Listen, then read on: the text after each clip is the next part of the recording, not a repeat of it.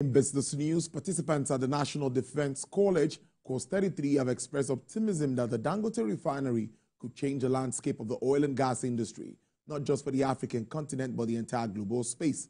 They said this during a study visit to the facility as part of a military strategic installation visit on some selected guided tours across the country.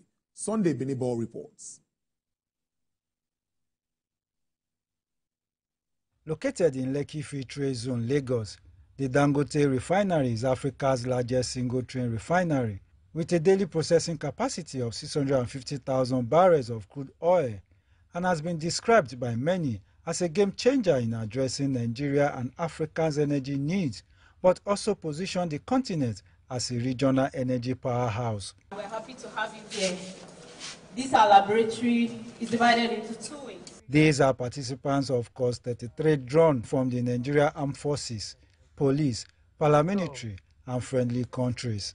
They are here at the Dangote Refinery as part of the military strategic tour to understand the practical working of the facility as it relates to their studies. To be honest, the guided tour of this facility has been marvelous. I used to call it a mega project before coming here, through what I read on papers and see, but I think I can conveniently call it now a miracle project. It's a game changer for this country, and I think there are a lot to be tapped and for Nigeria as a nation to benefit from it. They say the Dangote Refinery reaffirms Africa's readiness to address its energy challenges. What we have gotten in terms of the technical capacity and the contribution the refinery will give to Nigeria's energy security is enormous, and it will aid us and assist us in writing our report. We will be able to bring out some SWOT-based strategies that will benefit not only the refinery but the country at large and Africa. It's good for Africa. This is one of the best in Africa, and they showcase the Nigeria potential when it comes to the energy sector and come to national development. And I'm very much impressed to see what Nigerians can do when it comes to the energy sector and the national development.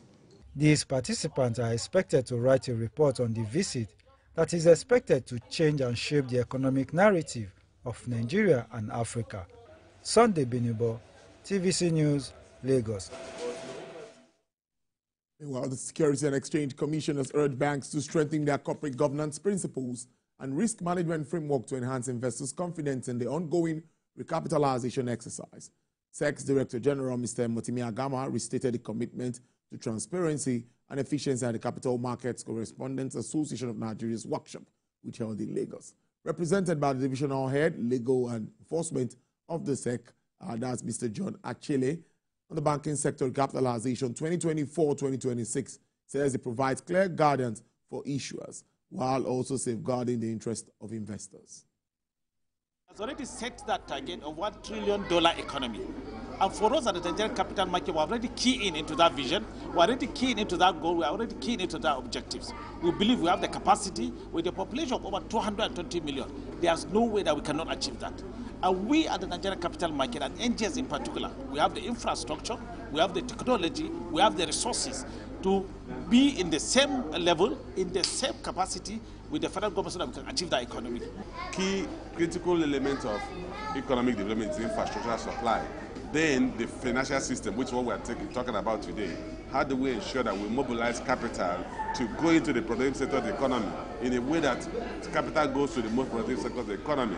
And how do we create the banking system that's in a position to intermediate in an economy of $1 trillion or prospective $1 trillion? So you're going to come from both the fiscal authority and the monetary authorities.